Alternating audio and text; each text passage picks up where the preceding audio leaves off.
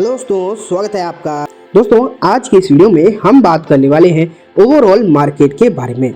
Market में क्या हुआ है, क्या सिचुएशन आपको देखने को मिली है, आज की इस वीडियो में हम जानेंगे। और जो भयंकर गिरावट आपको मार्केट में देखने को मिल रही है, ये आखिरकार कहां तक एक्सटेंड हो सकती है और कहां से हम दोबारा से खरीदारी स्टार्ट कर सकते हैं, आज की इस वीडियो में कंप्लीटली बात होगी। तो चलिए दोस्तों, वीडियो को स्टार्ट करते हैं। सबसे पहले देखिए ओवरऑल इंडियन मार्केट का हालचाल मैंने आपके सामने रख दिया है। अब आप यहाँ देखिए चीजें क्या दिखाई दे रही हैं। सेंसेक्स 1.7 मतलब 1.60% डाउन के आसपास दिखाई दे रही है, लगभग 1.5% से भी ज्यादा। ठीक है, वहीं अगर हम देखें निफ्टी 50 1.5% के आसपास डाउन है। निफ्टी बैंक 2% से भी ज्यादा दिखाई दे रही है गिरावट। मिड कैप 100 2% से भी ज्यादा। तो जैसा कि आप देख रहे हैं, सिचुएशन बहुत ही ज़्यादा ख़राब है। थोड़ी बहुत ज़्यादा नहीं है, बहुत ज़्यादा ख़राब है। हाँ, फ्राइडे को जब मार्केट में हुई थी गिरावट, मैंने आपको उस समय ही बताया था कि गिरावट जो है अभी नहीं रुकने वाली।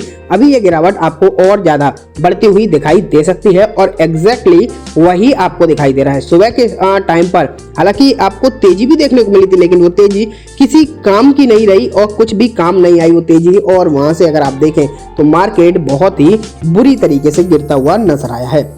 बात सिर्फ भारतीय मार्केट तक सीमित नहीं है, विदेशी मार्केट भी देखेंगे तो आपको सभी में वही हाल दिखाई दे रहा है। बुरी तरीके से गिरते हुए विदेशी मार्केट भी नजर आ रहे हैं। ठीक है, अगर हम देखें आप फिलहाल निफ्टी 50 में हरे निशान में स्टॉक कौन कौन से हैं, तो देखिए आपके सामने दिखाई दे रहा है टेक महिंद्रा 6.5% के आसपास की तेजी है। अपोलो हॉस्पिटल आधे % की तेजी। सन फार्मा मिला जुला माहौल। ब्रिटानिया भी लाल हो ही चुका है। लेकिन अगर हम देखें टॉप लूजर्स की कैटेगरी में, IndusInd bank 7.5% down, Tata Motors 3-3.5% down, SBI 2-2.5% down, M&M लगभग आपको 3% डाउन दिखाई दे रहा है। तो सिचुएशन तो ये है कि लगभग आपको सभी शेयर्स डाउन ही दिखाई दे रहे हैं। कहीं भी ऐसा कुछ भी दिखाई नहीं दे रहा जहां पर अच्छी चीजें दिखाई दे रही, कुछ भी नहीं है। सब जगह अच्छे बुरे सब तरीके के स्टॉक सिर्फ और सिर्फ गिरावट दिखा रहे हैं। येस बैंक की बात हमने करी थी पिछले मतलब कल ही मैंने आपको बताया था कि येस बैंक में गिरावट होगी और येस बैंक में भी आपको दिखाई दे रहा है लगभग 5.5% की गिरावट दिखाई दे रही है। तो दोस्तों, अब ये बात आती है कि आखिरकार ये गिरावट हो ही क्यों रही है। मेन मुद्दा ये है कि आखिरकार जो गिरावट चल रही है ना, ये गिरावट चल ही क्यों रही है और कब तक इस तरीके की गिरावट देखने को मिलने वाली है। तो अब हम आते हैं इस मुद्दे पर। तो दोस्तों, इसका ना जो कॉमन मुद्दा है, मैं आपको बताऊं, जो कॉमन सवाल है कि आखिरकार गिरावट क्यों हो रही है, तो उसका जो सबसे बड़ा रीजन तो ये है कि ग्लोबल मार्केट के जो सेंटिमेंट है वो बहुत ज़्यादा खराब है। अगर आप देखेंगे ग्लोबली हर एक मार्केट में गिरावट देखने को मिल रही है। और साथ में अगर ग्लोबल मार्केट के हिसाब से भी अगर हम देखें तो स्पेशली उसमें जो सिलिकॉन वैली बैंक जो धराशायी हुई है, कोलैप्सन हुआ है, हाँ, उसकी वजह से सबसे ज़्यादा बड़ी दिक्कत दिखाई दे रही है। सबसे बड़ी प्रॉब्लम तो एग्जैक्टली वहीं से आई है और वो सेलिंग अगर आप देखेंगे तो वो जारी है उसके चलते। साथ में FII जो सेल कर रहे हैं मार्केट में वो तो है ही। FII की जो सेलिंग आ रही है, सबसे बड़ी सेलिंग वहाँ से भी आपको दिखाई दे रही है। तो ये चीज़ें भी आपको दिखाई दे रही है और इसके चलते भी अगर कहा जाए तो आने वाले दिनों में अभी और ज़्यादा दिक्कतों का सामना भारतीय मार्केट को करना पड़ सकता है। तो इस तरीके की चीज़ें तो दिखाई दे ही रही हैं। लेकिन दोस्तों, ये बात है ओवरऑल मार्केट की।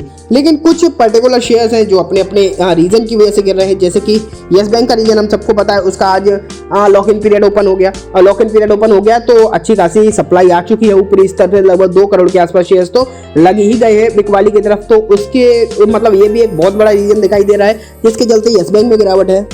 येस बैंक के साथ साथ अगर हम बात करें इंडसइंड बैंक की अगर हम बात करें तो उसमें अपना रीजन है। उसमें रीजन मेनली ये दिखाई दे रहा है कि फिलहाल अगर आप देखेंगे तो उनकी जो CEO का एक्सटेंशन होना था, उम्मीद ये थी कि 3 साल के लिए एक्सटेंशन होगा, लेकिन वो एक्सटेंशन जो हुआ सिर्फ और सिर्फ 2 साल के लिए हुआ।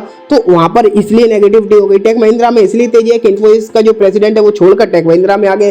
तो इन्फोसिस में तो अपनी मार्केट की वजह से गिरावट है ही, लेकिन टेक महिंद्रा में सिर्फ और सिर्फ इसकी वजह से तेजी दिखाई दे रही है। और भी अलग अलग तेजी और मंदी के रीजन दिखाई दे ही रहे हैं। अच्छी से अच्छी बैंक में आपको गिरावट दिखाई दे रही है। लगभग अगर आप देखेंगे तो सभी में गिरावट ही नजर आ रही है। लेकिन बात ये आ जाती है कि आखिरकार इतनी अगर गिरावट है तो हम इसमें कर क्या सकते हैं और यहां से निफ्टी और कितना गिर सकता है।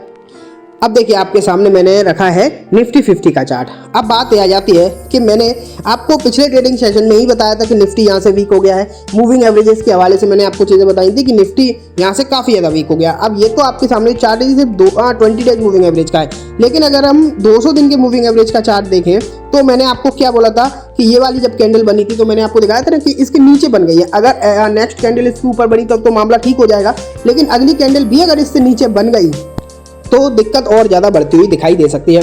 और अगर आप देखेंगे तो आज की जो कैंडल बनी है वो आपको बहुत नीचे जाती हुई दिखाई दे रही है, मतलब एक बहुत बड़ी कैंडल बनी है, डाउन साइड रेड कैंडल बहुत बड़ी बन गई है। तो डेफिनेटली दिक्कत वाला माहौल तो आपको यहाँ दिखाई दे ही रहा है। और जब तक, मैंने आपको ये बात पहले भी बता चुका हूँ, एक बार मैं फिर से बता दे रहा हूँ, जब तक निफ्टी 200 दिन मूविंग एवरेज के ऊपर नहीं आएगा तब तक आपको चीजें इसी तरीके से खराब ही दिखाई देने वाली है, तब तक आपको कुछ भी यहाँ पर सुधरता हुआ दिखाई देगा नहीं। इसलिए कुछ भी बड़ी खरीदारी इस समय मेरे हिसाब से नहीं करनी चाहिए। लेकिन दोस्तों मैं आपको एक बात क्लियर बता दूं कि कुछ दिन पहले मैंने एक वीडियो में आपको बताया था कि आपके पोर्टफोलियो में गोल्ड बीज जरूर होना चाहिए, थोड़ा ही सही लेकिन होना जरूर चाहिए। और अगर आप आज देखेंगे ना गिरावट में, आपको उसकी अहमियत समझ में आएगी। जहां मार्केट इतना ज्यादा वीक हुआ है वहीं गोल्ड बहुत ज्यादा मजबूती के साथ ऊपर आता हुआ दिखाई दिया है, गोल्ड और सिल्वर दोनों ही। तो आपको थोड़ी थोड़ी बाइंग लेकर जरूर ही चलनी चाहिए। मेरे हिसाब से तो थोड़ी बहुत गोल्ड वगैरह में बाइंग लेकर चलनी ही जरूर चाहिए। तो ठीक है, मैंने आपको क्लियरली चीज़ें तो समझाई हैं। मार्केट का हालचाल टेक्निकल बेसिस पे अगर हमने देख लिया और आने वाले दिनों में क्या चीज़ें नज़र आ सकती हैं ये भी हम देख ही चुके हैं। मैंने लेवल्स तो आपको बता ही दिए हैं, उसके हिसाब से ही आपको काम करना है। फिलहाल की सिचुएशन मार्केट में दिक्कत भरी नजर आ रही है, आने वाले दिनों में देखेंगे कि क्या आपको दिखाई देगा। तो चलिए दोस्तों, आज की इस वीडियो में बस इतना ही। उम्मीद है वीडियो पसंद आई होगी। वीडियो अच्छी लगी हो तो इसे लाइक जरूर करना और चैनल को भी जरूर सब्सक्राइब करना।